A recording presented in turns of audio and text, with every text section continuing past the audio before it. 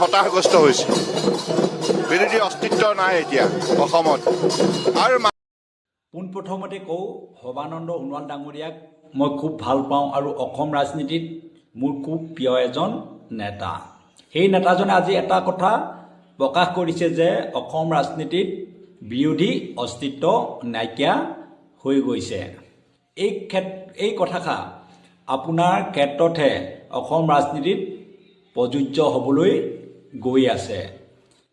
আপুনি যিদৰে আদৰ্শবান আৰু খুব সৎ লোক, কিন্তু এজন চতুৰ চালাক আৰু ৰাজনীতিত কোনো আদৰ্শ নাইকিয়া লোকৰ হাতত আপুনি লাহে লাহে অসম বিজেপিত আপোনাৰ অস্তিত্ব নাইকিয়া হৈ যাবলৈ ধৰিছে।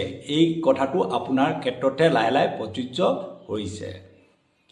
লগতে আৰু এটা কথা কওঁ, অসম ৰাজনীতিত যি বিৰোধী, সেই বিৰোধী দলসমূহ লাহে লাহে সবল হ'বলৈ সক্ষম হৈছে। ইয়াৰ মূলত হৈছে যেতিয়া কংগ্ৰেছ চৰকাৰ চলি আছিল অসমত সেই অসমত কংগ্ৰেছ চৰকাৰ চলি থকা সময়ত বহুকেইজন নেতা কৰ্মী বৰ্তমান বিজেপিলৈ যোৱা আমি দেখিছোঁ আৰু বিজেপিলৈ যোৱাৰ লগে লগে কংগ্ৰেছ নাইবা বিৰোধী দলসমূহ লাহে লাহে অসমৰ ৰাইজে আঁকোৱালি ল'বলৈ সক্ষম হৈছে।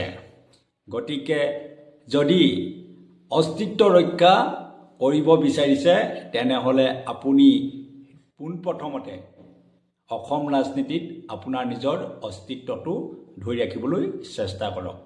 জয় আই অসম।